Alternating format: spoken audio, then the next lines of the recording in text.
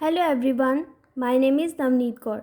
आज जो हम टॉपिक करेंगे वो है अकाउंटिंग रेशोज़। इसकी क्विक रिवीजन करेंगे जिसमें हर टाइप के आपकी सारी रेशोज़ आपको वीडियो में प्रोवाइड की जाएंगी। अकाउंटिंग रेशोज़ एक्चुअली में होती क्या है? अगर हम सिर्फ रेशो की बात करें तो it is the relationship between two figures. जब किन्हीं टू फिगर्स का हम रिलेशन बताते हैं तो वो रेशोज़ की फॉर्म में बताते हैं। जैसे आपको दे रखा है 2:3, ये दो फिगर्स हैं और इसको हमने इस रेशो की फॉर्म में बताया है तो उसको बोलेंगे accounting ratio. There are 4 types of accounting ratio. Liquidity ratio which is also known as the short term solvency ratio, solvency ratio, activity ratio which is also known as turnover ratio, profitability, ये मैंने गलती से probability लिखा था but it is a profitability ratios which is also known as the income ratios. तो syllabus के अंदर 4 ही ratios हैं। बिना टाइम वेस्ट करे हम जल्दी से करते हैं कि क्या रेशो क्या बताती है। लिक्विडिटी रेशो बताती है कि कंपनी के पास कंपनी की लिक्विडिटी पोजीशन क्या है, कंपनी की फाइनेंशियल पोजीशन क्या है, क्या कंपनी इजीली अपने लायबिलिटीज़ को पे कर पा रही है, क्या कंपनी के पास इतना कैश है। तो ये बताती है कि फर्म की ability to meet its current liabilities and obligations within 1 year. 1 year के अंदर अंदर क्या कंपनी अपनी लायबिलिटीज़ को पे कर पा रही है, क्या इतनी करंट एसेट कंपनी के पास हैं, वो बताएगी लिक्विडिटी रेशो। सॉल्वेंसी रेशो भी कंपनी की लायबिलिटी को मीट करने की एबिलिटी को बताती है, लेकिन ये हैं लॉन्ग टर्म लायबिलिटीज़ जो मोर देन 1 ईयर की होगी। अगर कंपनी ने डिबेंचर्स ले रखे हैं तो क्या कंपनी उसको पे कर पा रही है? ऑब्वियसली वो लॉन्ग टर्म लायबिलिटीज़ हैं तो 1 ईयर के बाद ही उसको पे किया जाएगा, तो वो बताएगी सॉल्वेंसी रेशोज़। फिर है एक्टिविटी रेशोज़ जिसको टर्नओवर रेशोज़ बोलते हैं। ये इंपॉर्टेंट रेशोज़ हैं। इन रेशोज़ को कैलकुलेट किया जाता है 2 चीज़ों के ऊपर।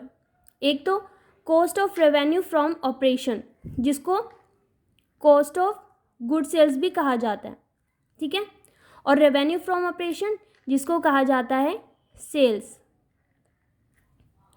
अब कंपनी कितना सेल कर रही है और उस सेल करने पर कंपनी की कितनी कॉस्ट आ रही है, इन चीज़ों को कैलकुलेट किया जाएगा एक्टिविटी रेशोज़ में।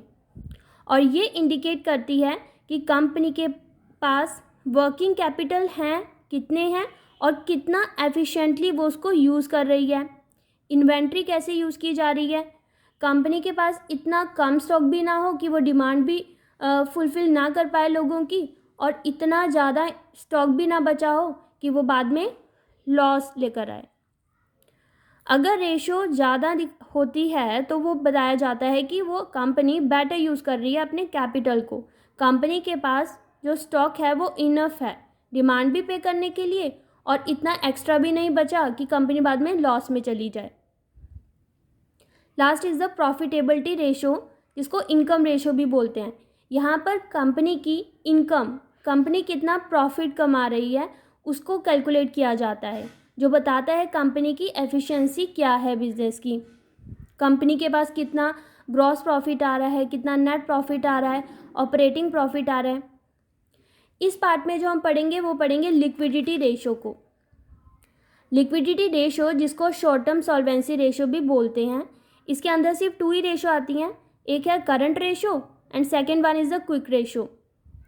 इनके दूसरे जो नाम हैं वो भी पता होने चाहिए क्योंकि किसी भी नेम से क्वेश्चन में आ सकता है। करंट रेशो को वर्किंग कैपिटल रेशो भी बोलते हैं। याद रहे कि ये वर्किंग कैपिटल रेशो है, वर्किंग कैपिटल टर्नओवर रेशो नहीं है। अगर यहाँ पर टर्नओवर टर्म आ जाता है तो फिर वो क्या हो जाएगी, एक्टिविटी रेशो।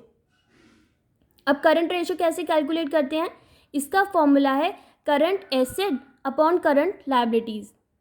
करंट एसेट, इसका क्या मतलब हुआ कि कंपनी के पास कितने करंट एसेट हैं जिसको कैश और कैश इक्विवेलेंट में कन्वर्ट किया जा सकता है विद इन 12 मंथ्स, यानी कि 1 ईयर के अंदर अंदर, और कितनी करंट लायबिलिटीज़ हैं जिसको कंपनी पे कर पा रही है 1 ईयर के अंदर अंदर। तो उस चीज़ को कैलकुलेट किया जाता है करंट रेशो से। याद रहे कि जब हम करंट एसेट निकाल रहे होंगे ना तो इसमें से जो लूज टूल्स हैं, patents, goodwill, trade marks, computer software, इन चीज़ों का एक्सक्लूड किया जाएगा, उसको इंक्लूड नहीं करेंगे, ठीक है। इन्वेंट्रीज में से पहले ये चीज़ें माइनस की जाएंगी, उसके बाद करंट एसेट को कैलकुलेट करेंगे।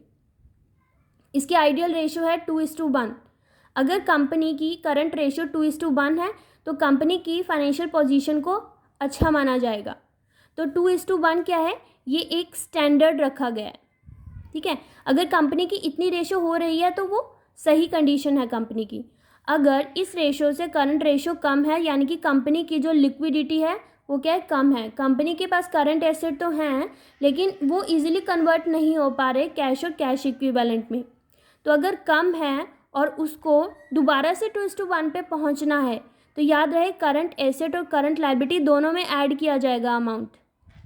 और अगर करंट रेशो ज़्यादा है तो भी वो बेनिफिशियल नहीं है कंपनी के लिए, क्योंकि कंपनी के करंट एसेट तो ज़्यादा है लेकिन वो इस टाइप के हैं जो कैश और कैश इक्विवेलेंट में नहीं कन्वर्ट हो पा रहे।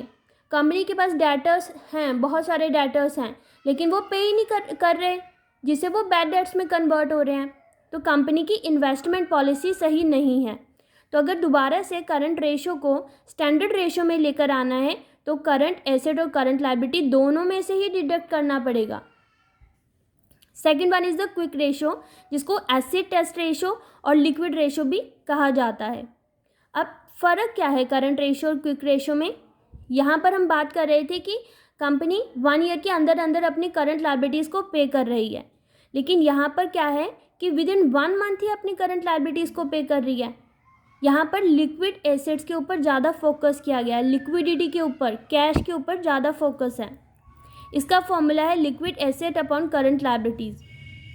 लिक्विड एसेट में से अब क्या निकाला जाएगा, इन्वेंट्रीज और प्रीपेड एक्सपेंसेस और एडवांस टैक्स। इनको माइनस करेंगे तो हमारे पास आ जाएगा लिक्विड एसेट, और इसकी आइडियल रेशियो है 1:1, यानी कि एक स्टैंडर्ड है। अगर कंपनी 1:1 की आइडियल रेशियो रखती है तो कंपनी की फाइनेंशियल पोजीशन बहुत ही अच्छी है। वही बात हो जाएगी, 1:1 को स्टैंडर्ड मानेंगे, कम है तो दोनों में ऐड किया जाएगा, ज़्यादा है तो दोनों में से डिडक्ट किया जाएगा। अगर पूछा जाए कि करंट रेशो और क्विक रेशो में से ज़्यादा बेटर कौन सी रेशो है, तो इसका आंसर है क्विक रेशो ज़्यादा बेटर है, क्योंकि ये कंपनी की लिक्विडिटी पोजीशन को ज़्यादा बताता है। Thank you.